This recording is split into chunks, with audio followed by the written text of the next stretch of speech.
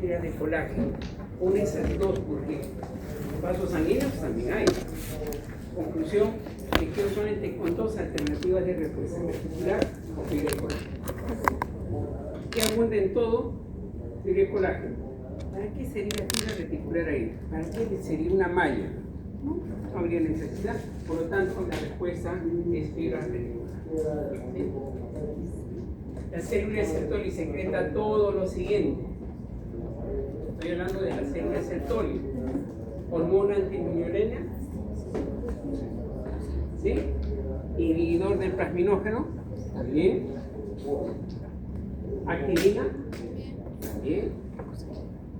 Fructuosa, también. Conclusión, esta que no corresponde porque es de otra estructura, incluso glándula. Ácido ciálico no es producida por esa célula de Sertoli. ¿Listo? ¿Cuál de las siguientes células se localiza en el compartimento luminal del tubo sanguíneo? Solamente ordenar el pensamiento. Luminal en la parte más externa se supone que es la estructura que debe salir con la más madura. ¿Tendríamos que hablar de esto? No. Enfermar. No he puesto basal, he puesto luminal.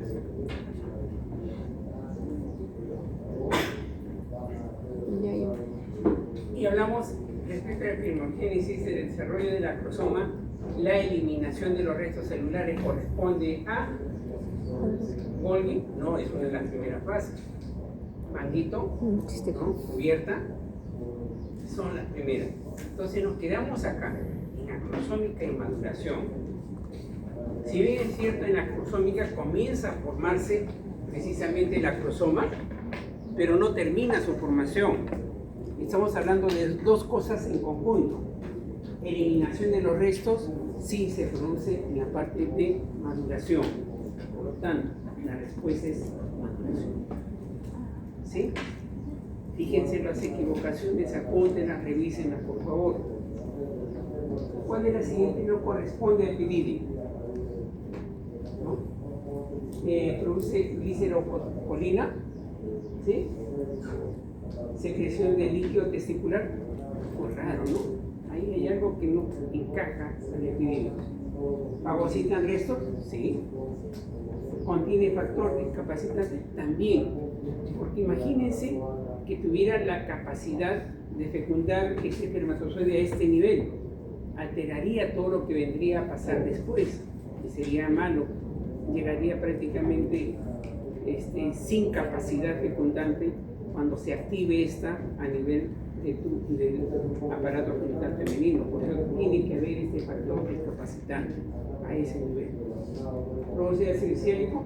Entonces, esto es lo que es. El líquido testicular es testículo, no es epidídimo. ¿Sí? Un poco para razonar, simplemente para leerlo bien, ahí estaba la respuesta. Esto sí tendrían que haber recordado un poco de histología, haber recordado la fotografía que vamos a ver en un rato.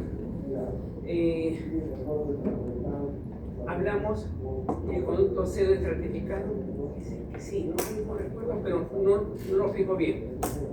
¿Es un conducto intratesticular? No, está por fuera, entonces descartada esa alternativa. ¿Presenta su mucosa? No hay. ¿Epitelio cilíndrico? No. Entre esta y la otra podrían haber sido la respuesta. ¿Tiene circular interna y longitudinal externa? Tiene 3 capas celulares. Y habían 3 flechas en la imagen que les puse en las diapositivas de la clase. Conclusión: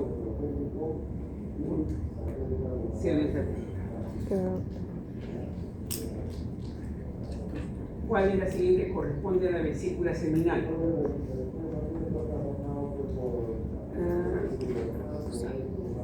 Bueno, este es un poco de fisiología, lo verán ustedes después, quizás en medicina interna, pero la mayor cantidad de líquido seminal, por lo que se eyacula, es de vesícula seminal. Por ahí también su nombre. ¿Secreta ácido ciálico? Pongamos un poco en duda. Vayamos a lo restante, que es más fácil de señalar. Presenta zonas de epitelio simple plano. ¿Recuerdan cuando veíamos esta vesícula seminal? Una estructura muy irregular, dispersa, que parecía una malla, algo distinto a las demás estructuras de este aparato genital masculino. Entonces, qué raro, no encaja, descartado. Produce glucosa. La glucosa es otro componente que no está dentro del aparato genital masculino. La glucosa es en otra zona que se ve, sí, en el aparato femenino, pero no en el masculino. Entonces, no es glucosa, es fructuosa lo que produce. Conclusión también descartamos.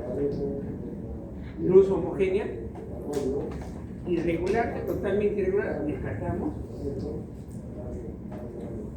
Secreta prostaglandinas, fundamental, quizás una de las razones para que pueda estar activo esta función de la vesícula seminal. Les conté la historia de los Sioux en la clase regular, me parece que sí, ¿no? Lo que era Estados Unidos en esa época. Las tribus tenían una costumbre en los Sioux, que el hombre que iba a ser padre, la mujer que ya estaba en trabajo de parto, tenía relaciones con su pareja, con la futura madre, para que a través de su líquido seminal estimulara por estas prostaglandinas y activara el proceso, o hiciera más rápido el proceso de parto. No sé, creo que no les dije, pero ya se los dije ahora. La octava. Eso tienen que conocerlo muy bien, porque en patología cada una de las zonas tiene una traducción fisiopatológica e histopatológica específica. Cada cáncer que van o alteración van a encontrar su correlato si es de una u otra localización. Por lo tanto, tienen que saber las 4 capas de próstata, importantísimo. Tienen que llevarse de acá, no solo es cuestión de que aprueben histología, sino que se lleven ese conocimiento cuando hagan los otros cursos. Digamos, central, si hay, ¿no? Periférica, transicional y periuretral. Todas estas. La única que no hay es accesoria. Por lo tanto, esa es la respuesta. ¿Ya? La novena era un regalo, es característico. Vemos compresiones prostáticas. Ahora, ¿a quién se te hace biopsia? ¿A un joven? ¿A un adulto joven? Generalmente se hace a un adulto de mayor edad o un anciano. ¿Con qué finalidad? Para investigar si es cáncer o no. Conclusión: ¿en dónde se ven más las conclusiones? Definitivo, si tenemos una próstata de un adulto o adulto mayor, tenemos que encontrar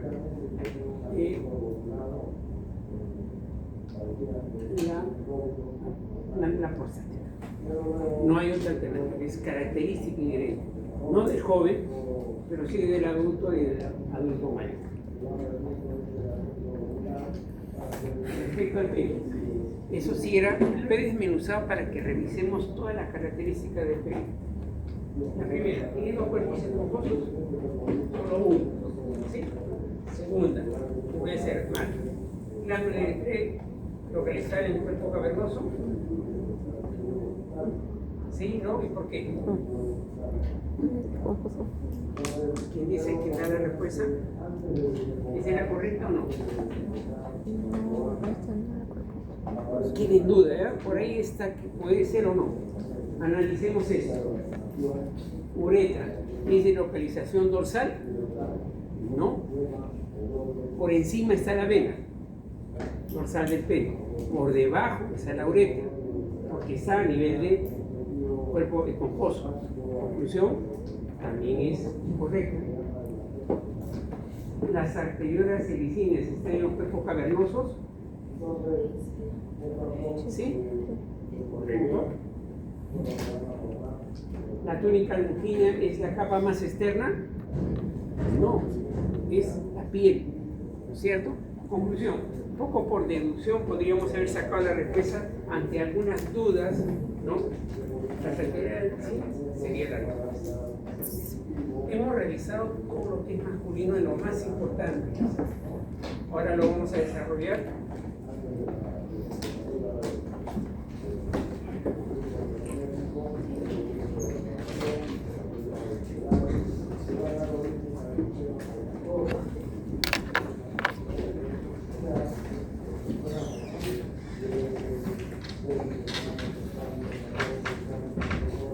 No quiero respuestas en coro, solamente voy a preguntar a uno o a una y me van a responder. ¿Cuántos y cuáles son los órganos del aparato masculino? Primer órgano. No. Primer órgano. ¿De adentro a afuera o de afuera a adentro? Testículo. ¿Quién sigue? ¿Quién sigue? ¿Quién sigue del testículo? ¿Quién sigue? Muy bien. ¿Quién sigue? El gano. Glándulas anexas. ¿Quién sigue?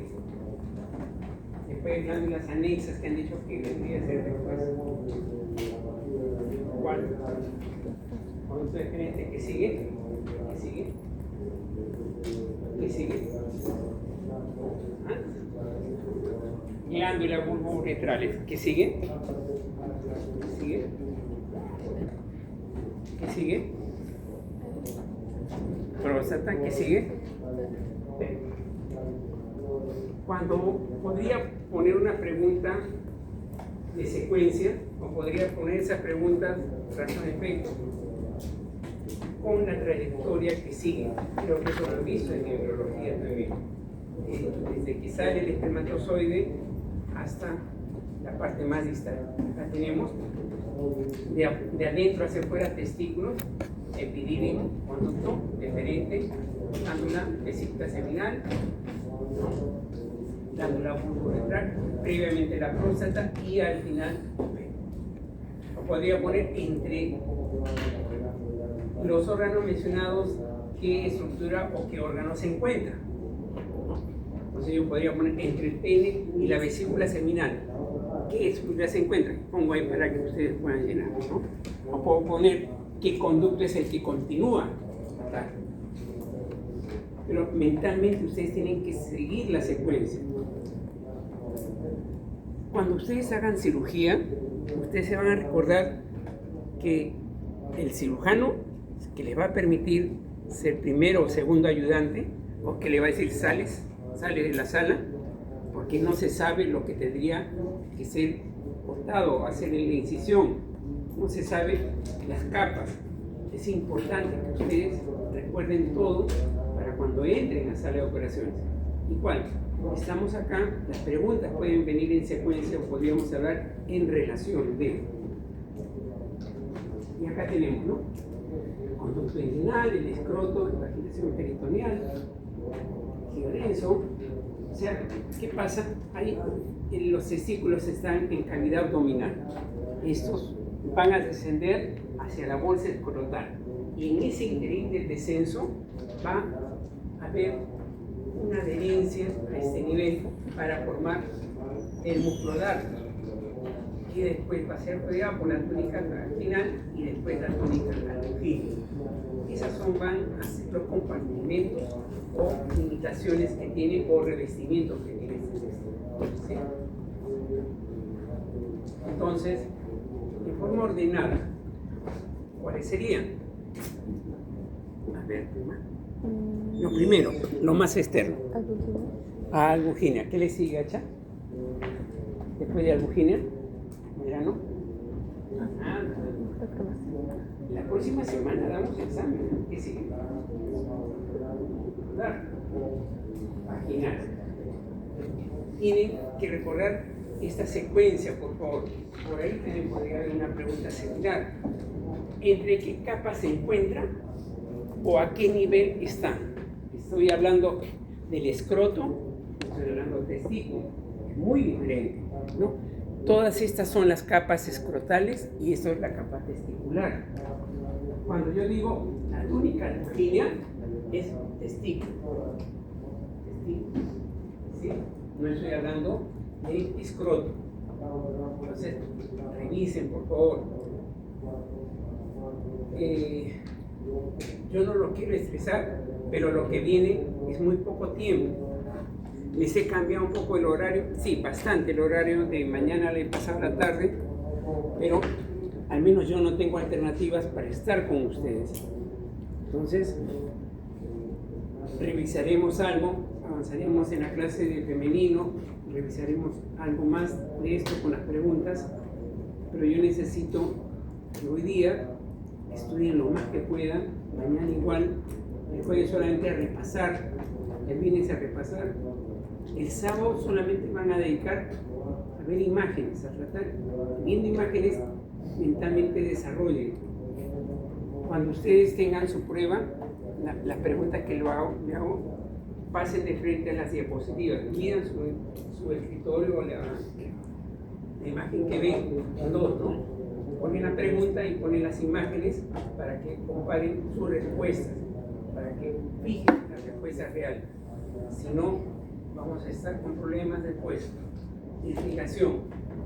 Finalidad, mantener la temperatura 2 grados centígrados menores a su cuerpo. Recuerden, perforan varias cápsulas de techo capilar, presos venosos pampiniformes. ¿En dónde están? Lo que van a hacer irrigación testicular. Y es un sistema contracorriente, por eso regula la temperatura.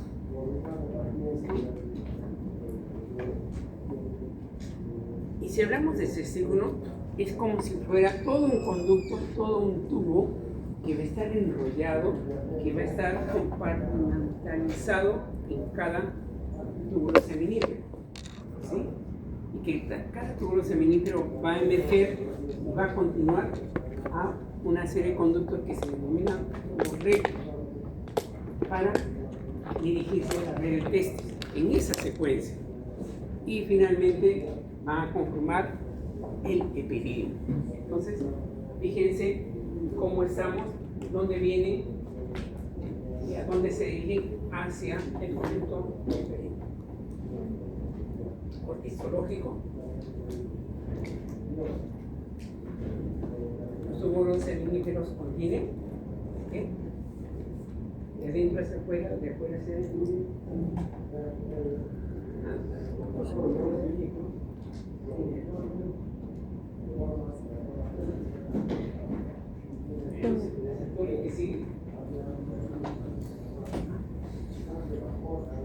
Estamos en el tubo.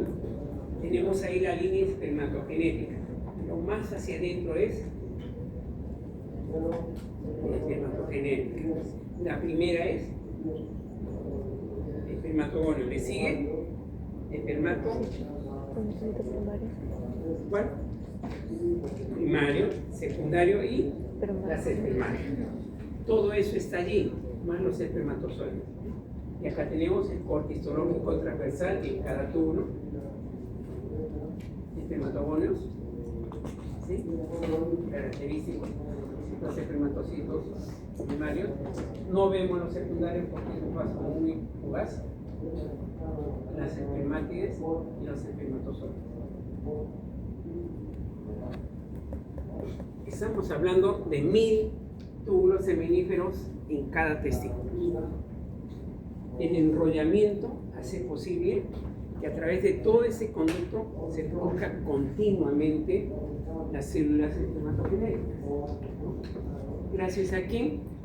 A la de Sertoli. Y Sertoli es como si estuviera con mis dos brazos estirados. Abdominal a basal, compartimentos, ¿no? Es como la madre, la nodriza de estas líneas espermatogenéticas, que va a contener, como ven acá, todas las células ya diferenciándose maduras y las que están primordiales. Y vemos una parcela, un compartimento, un estadio de este testículo, de este túbulo. Y lo vemos con la presencia desde la célula espermatocito, espermatogonia, hasta las espermáticas. Y este es interesante, es un esquema, pero que nos da un poco de información. Tenemos túbulos seminíferos. ¿De qué está constituido un túbulo seminífero? Por la línea espermatogenética, por la célula de Sertoli, y más las células mioides que están allí. ¿Por qué? Porque estas mioides tienden a producir un tipo de contracción. ¿Para qué? Para que las células que están a este nivel se propulsen y maduren fácilmente y puedan ser eliminadas así. Cuando hablamos de conducto linfático, el conducto linfático es una estructura fuera del túbulo seminífero, no pertenece al túbulo seminífero. Estamos hablando del espacio intertubular y podemos encontrar todo esto, ¿no? Los vasos sanguíneos, parte de... Este es el límite, el conducto linfático por si acaso, y la célula de Leydig en el espacio intersticial. Y hablemos de este túbulo y túbulo.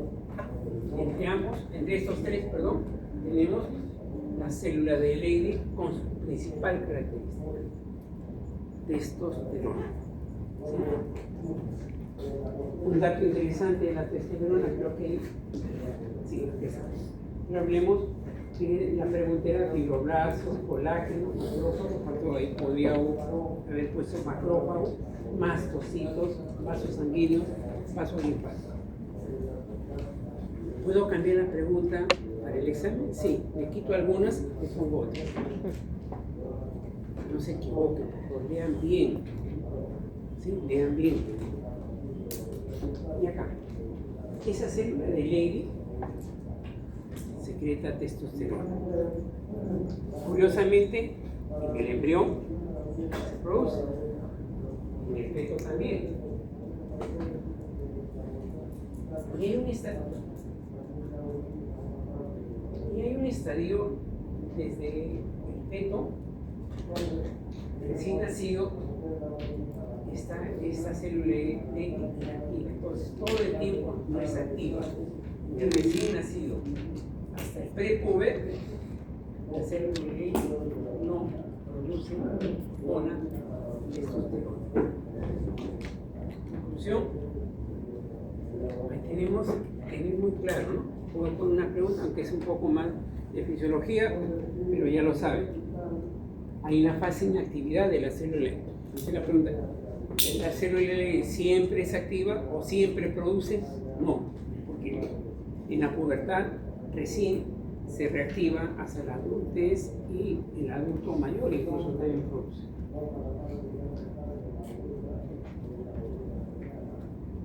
Hay muchas cosas interrogando. Se sabía que era estructural hace muchos años atrás. Yo lo aprendí así. Era una célula que estaba allí, que servía para una sola actividad, para agregar a la línea espermatogenética. Hoy en día se sabe que esta célula, que no solamente está en las características fisiológicas, piramidal, con sus prolongaciones laterales, sino que va a tener todas estas funciones, ¿no? No solamente lo nutre y da la posibilidad de fagocitar cuando hay una alteración, alguna producción anómala, reconoce a una estructura irregular, síntesis de la hormona antimicrobiana. Importante, ¿no? Porque si no, no estoy hablando de conducta sexual, estoy hablando de caracteres masculinos, no se podrían traducir si es que la función de la Sertoli no se diese. Gracias a la Sertoli tenemos las características masculinas. Importante. Barrera hematotesticular. Cuando hay infecciones, cuando hay alteraciones, cuando hay problemas enzimáticos, cuando hay infertilidad, por conclusión, esto va a tener un rol importante. La barrera hematotesticular va a hacer que todo lo que está en el compartimiento basal se preserve, se mantenga. Y cuando el subespecialista de fertilidad quiera tomar una buena muestra, sepa en dónde y en qué momento, en qué parcela va a estar tomando la muestra.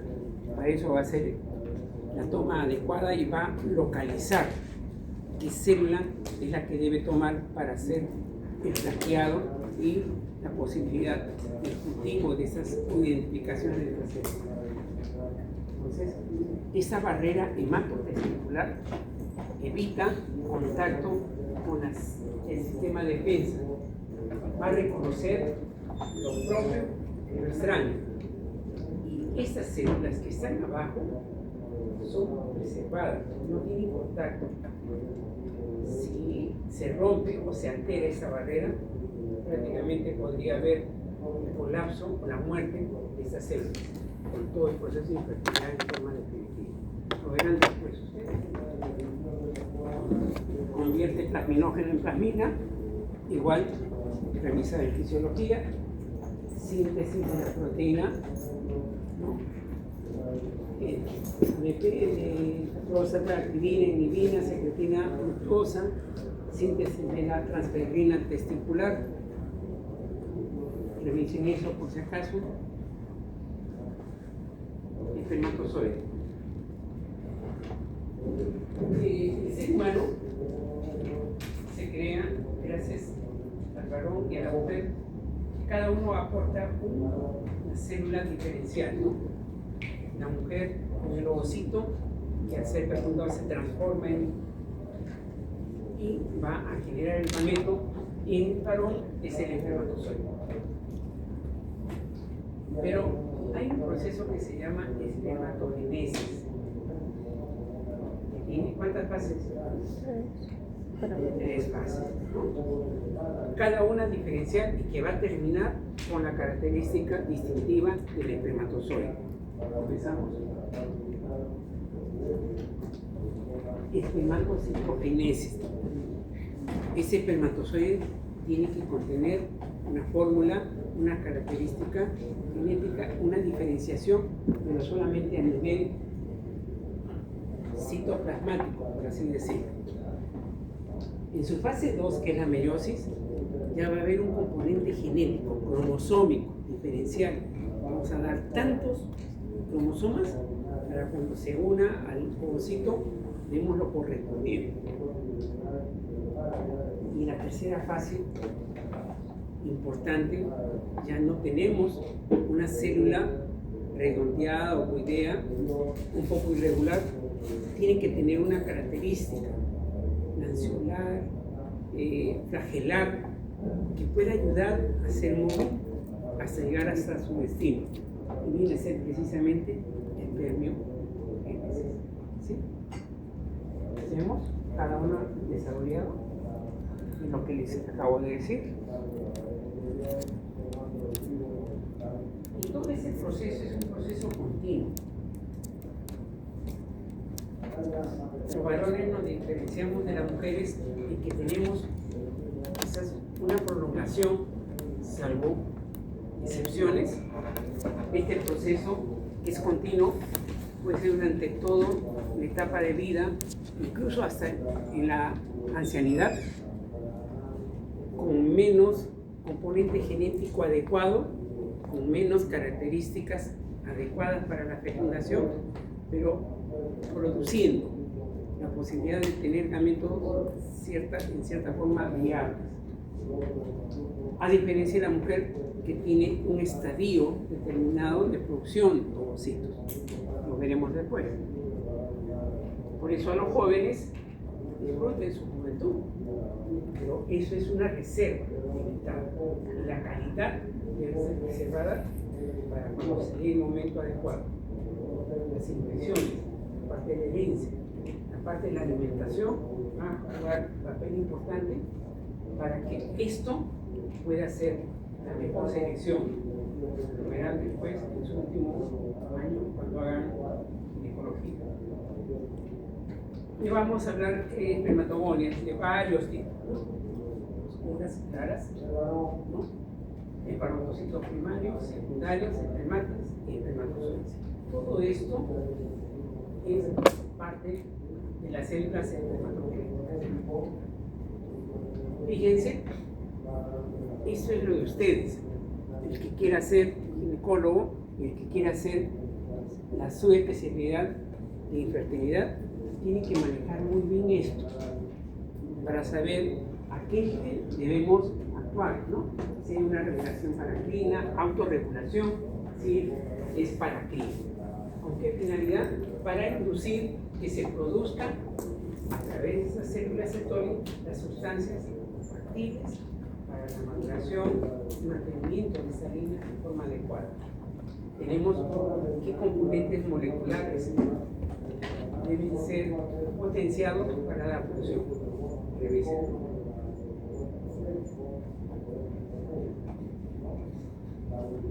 En la formación del espermatozoide, ya pensé, cuando cambia de espermática a espermatozoide, hay eventos que tienen que ocurrir.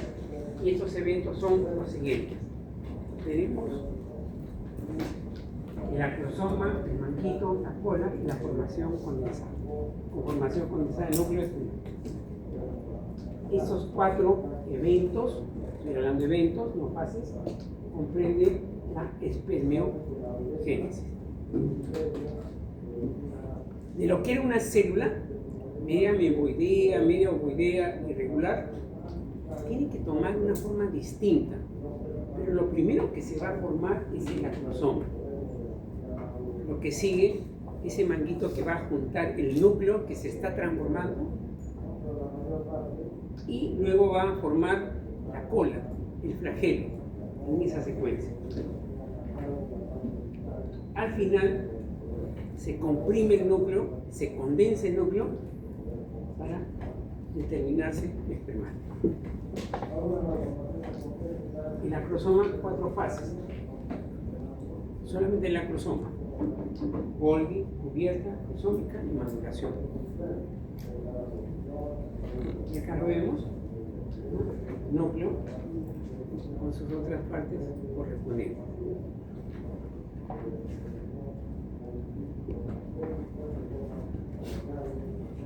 De lo que era una estructura un poquito pequeña, el núcleo se diferencia, se encapsula, forma la zona más próxima, el manguito, y la acrosoma primero, para después formar el que corresponde. Entonces vemos, en la cola hay una pieza intermedia, hay un anillo, una pieza principal y la final. La pregunta sería, ¿cuál de las siguientes no forma parte de la cola del espermatozoide? En la cola.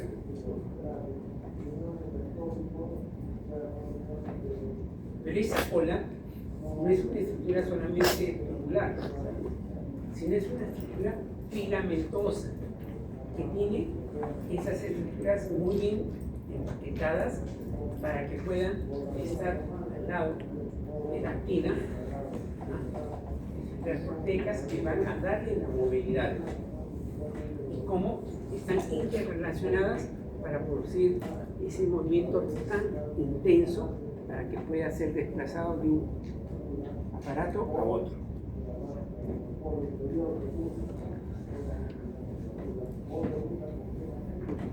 En mamíferos se ha visto que la formación es más o menos ordenada, como vamos a ver en esta imagen acá, secuencial, tercera fase, cuarta, sexta, quinta, en el proceso de maduración de los espermatozoides. En cambio, en el humano, parte del túbulo seminífero, hay zonas que tienen parcelas, que se llaman así también, que contienen diferentes estadios. Entonces, en todo un túbulo vamos a encontrar porciones que están las espermátides, otros espermatozoides, otros espermatocitos primarios, los secundarios, otro las espermátides en el estadio inicial y final. Es decir, en cada una de esas parcelas o porciones van a encontrarse en diferentes estadios. Y esto es la razón para que en el humano la producción del espermatozoide no sea paso por paso, sino continua. Porque gracias a esto, mientras que acá ya está saliendo, se eyacula y lo que sigue van a continuar el camino. Entonces hay una producción constante. Cada parcela va a haber de un tipo, va produciéndose más, va cambiando y va modificando, haciendo todo un proceso de ciclos. Cada uno es un ciclo. Entonces tenemos, sean 6 asociaciones de túbulo seminífero con una duración de cada ciclo de 16 días. Si no se diera esa parcelarización del túbulo seminífero, el varón no podría producir los óvulos, no podría producir los espermatozoides, no podría fecundar en cualquier momento, a diferencia de la mujer que sí, ¿no? Necesita la mujer una fecha para poder ser fecundada. En cambio el varón no, es continuo. Se utilizó esto, sigue la siguiente parcela, la siguiente, de lo que sigue del túbulo seminífero.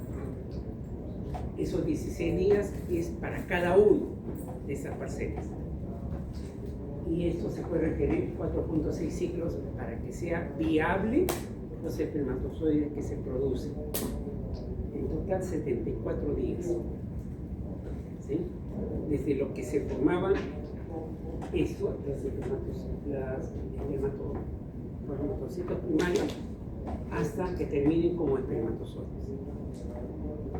74 días. ¿No? Gracias a que hay tanta parcelarización, hace posible la continuidad. ¿Listo? Y acá vemos en un ratón, como eso sí es diferente.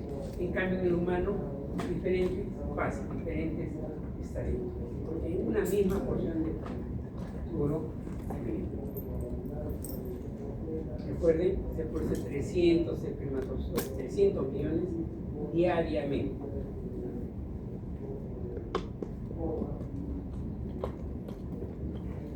Lo maravilloso del desarrollo humano, ¿no? Mientras que la mujer se concentra, forma una sola célula con toda su carga, con todas las características, con toda la diferenciación, el hombre tiene que producir tanta cantidad para que solamente uno pueda ser el que fecunde a esa única célula. Control hormonal. Teníamos la hipófisis, pero esta hipófisis tiene que ver con la parte del hipotálamo. ¿Y cómo vamos a ver que la folícula estimulante y la inhibina van a estar actuando a nivel del túbulo seminífero? ¿Sí?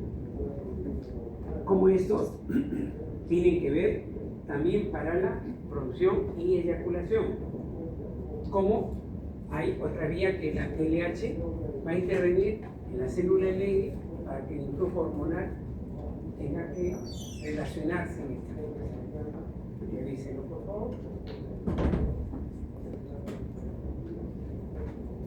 A ver, ahora sí, conductos intratesticulares. ¿Cuáles son? Conductos sin ver. ¿Qué más? ¿Qué sigue? ¿No recuerdas?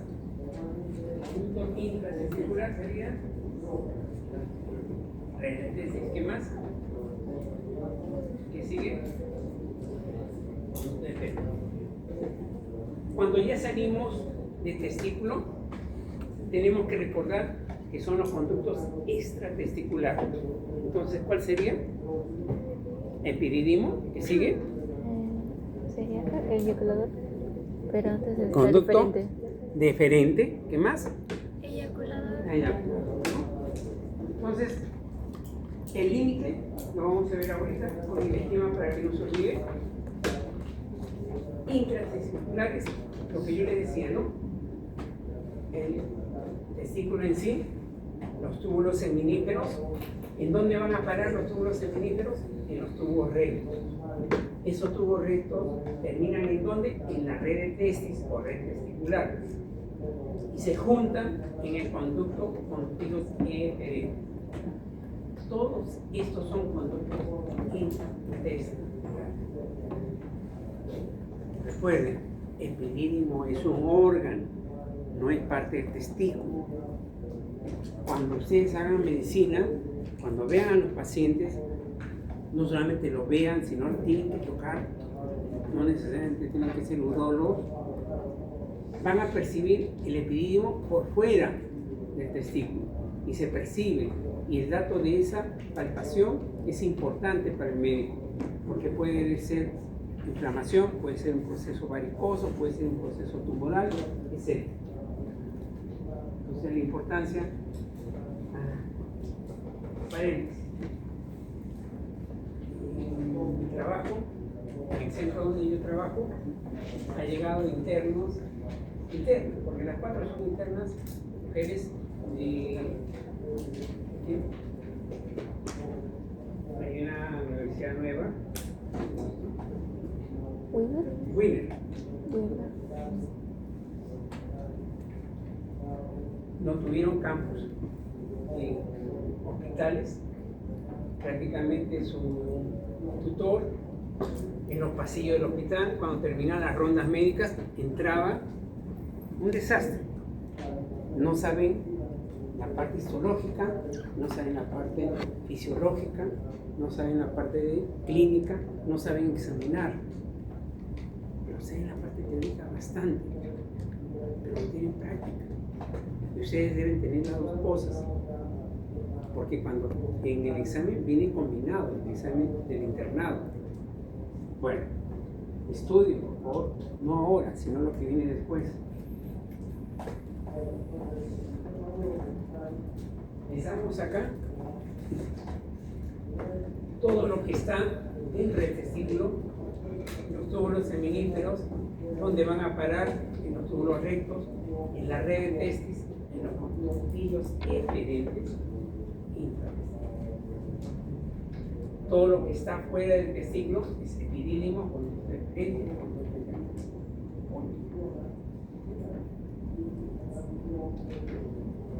Hasta acá es intratesticular.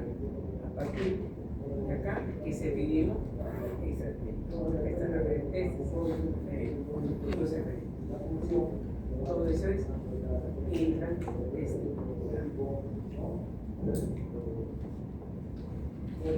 Testicular, conductos eferentes. La diferencia del epitelio cilíndrico a pseudoestratificado, acá a pseudoestratificado.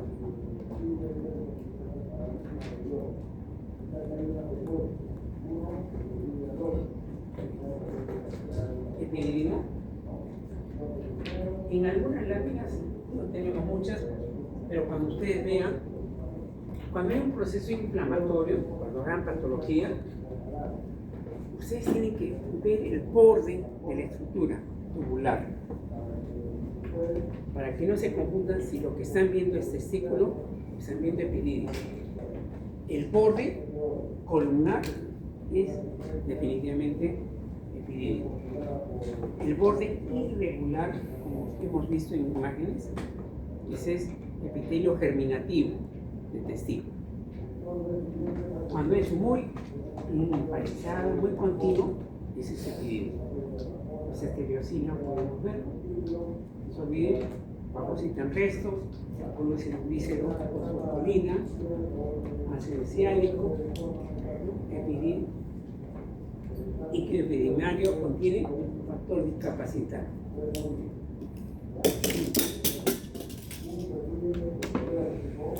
Pregunta. Recuerden la imagen. ¿Vemos una mucosa? No. Acá, ¿vemos una mucosa? Tampoco. Pero recuerden esta imagen. Netamente muscular. 3 flechitas. Longitudinal interna y externa. Longitudinal interna y externa. También es. Eso, pero para mí importante, la histología. No hay submuscular, hay 3 capas. dice. Fíjense, bueno, el epitelio, ¿no? Se ve ratificado, ¿no? Este versículo.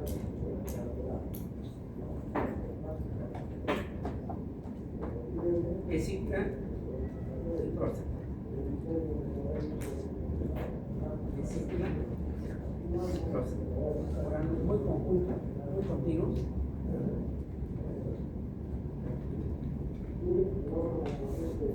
Recuerden esta imagen. No podría ser plano, definitivamente.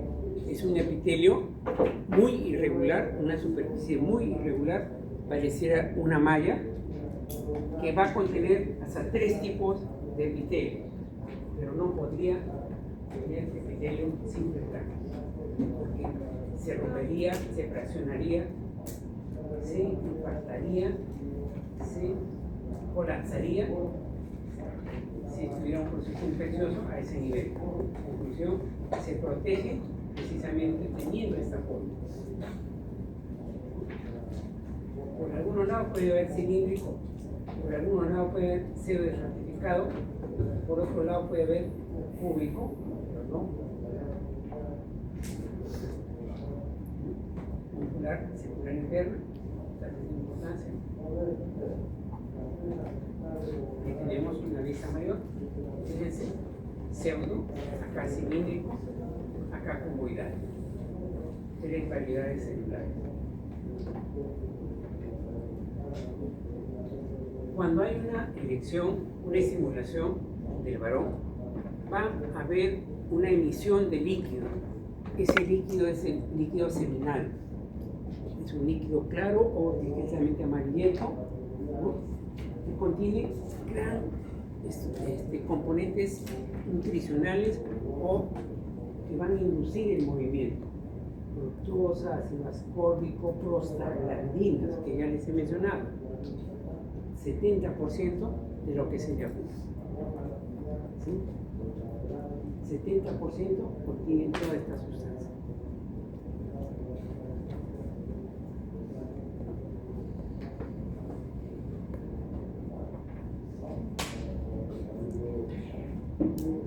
Esto tiene que llevarse a patología.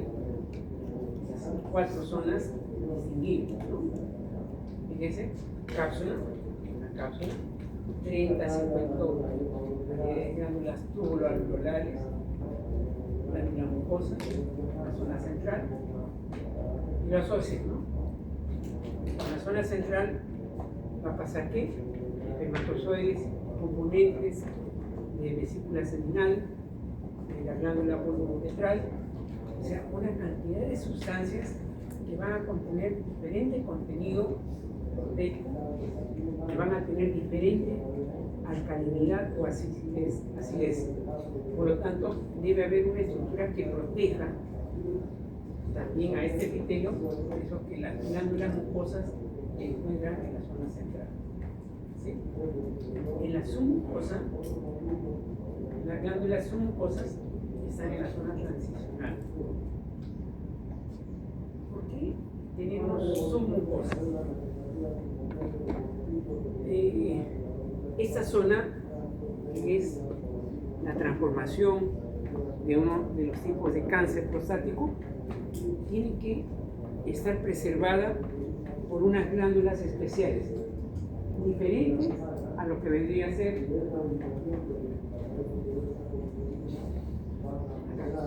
para que fijemos las glándulas primero.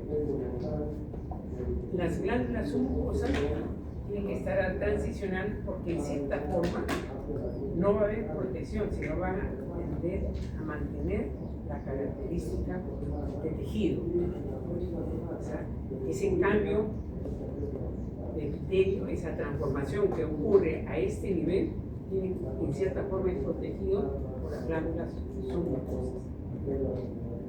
En cambio, en las glándulas principales no se encuentra en la zona periférica. Estamos hablando de otra patología, vamos a ver acá. Fíjense, en la zona periférica tenemos carcinomas, ¿no? En la zona central tenemos procesos también cancerígenos o inflamatorios.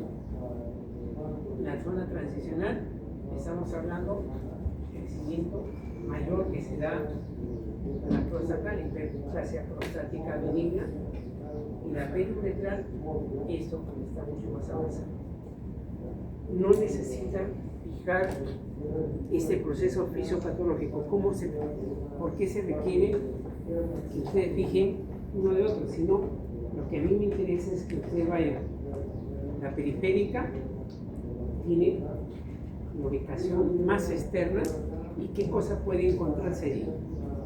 La zona central, la zona transicional y la periuretral. Esas son las 4 zonas. ¿Sí? Próstata, tenemos que reconocerlo, que es un tejido colágenoso, muscular, glandular. Sino una estructura muy vascularizada y con gran cantidad de fibras, tanto musculares como de colágeno. Eso es próstata. Y vemos gran variedad de este tipo de glándulas que hemos hablado ya. Ese es próstata. Pero si vemos concreciones densas, intensamente coloreadas en la luz, esa es una patología o es una glándula de un adulto. ¿Por qué se forma? Por procesos de alteración fisiopatológicos, por infección, por procesos inflamatorios, etc. No interesa acá. Pero si ven esto, ven de un joven o de un niño, de un adolescente, de un adulto.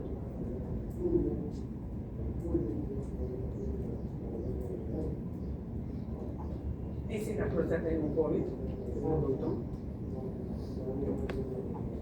Acá se hace una mayor ramificación hacia la luz y acá se forman las famosas concreciones.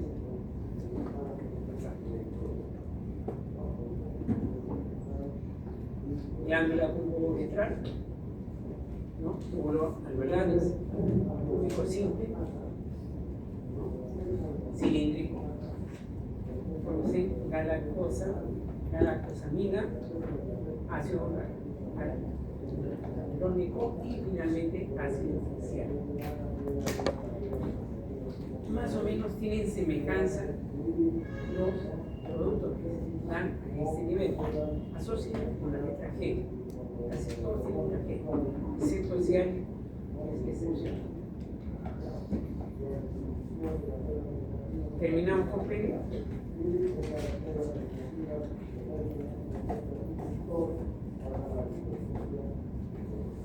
A ver, esponjoso abajo, cavernoso arriba, 2 arriba, 1 abajo. ¿Sí? Acá lo vemos.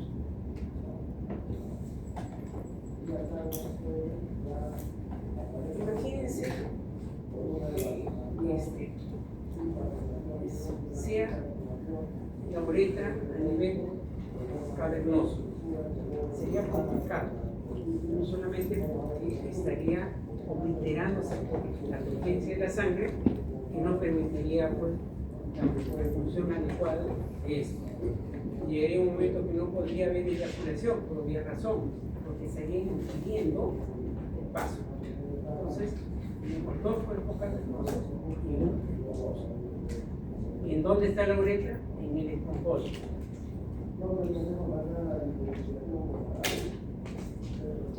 Voy a atravesar para que veamos. Única línea desarrollando a los cuerpos cavernosos, esponjoso. La piel, el tejido abundante, la lámina propia, es lo que está envolviendo todo. Era una de las preguntas. Hablamos de las arterias sericíneas, y lo vamos a ver en medio momento. Fíjense, acá la uretra, acá no vemos la presencia del las arterias sericíneas, un cuerpo cavernoso. La última, y en el esponjoso, y creen. ¿Por qué está glándula eritrea ahí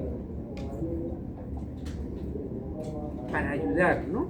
Para hacer viable la excrescencia de la orina, para que la uretra funcione en forma adecuada. Hay muchas infecciones en el varón.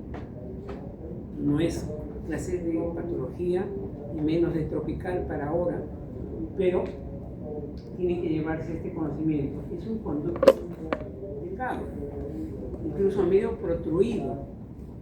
Imagínense la facilidad para los gérmenes de poder lesionar esta zona. Por eso que el varón con una infección de transmisión sexual tiene que 1 o 2 días, exageradamente 3, al médico, no aguanta. En cambio, la mujer puede pasar semanas, hasta una enfermedad médica inflamatoria y no tener muchos síntomas, si es joven. La importancia de eso, de la estructura histológica, quedan recordarlo. Y nos quedan jueves y viernes. Estudiemos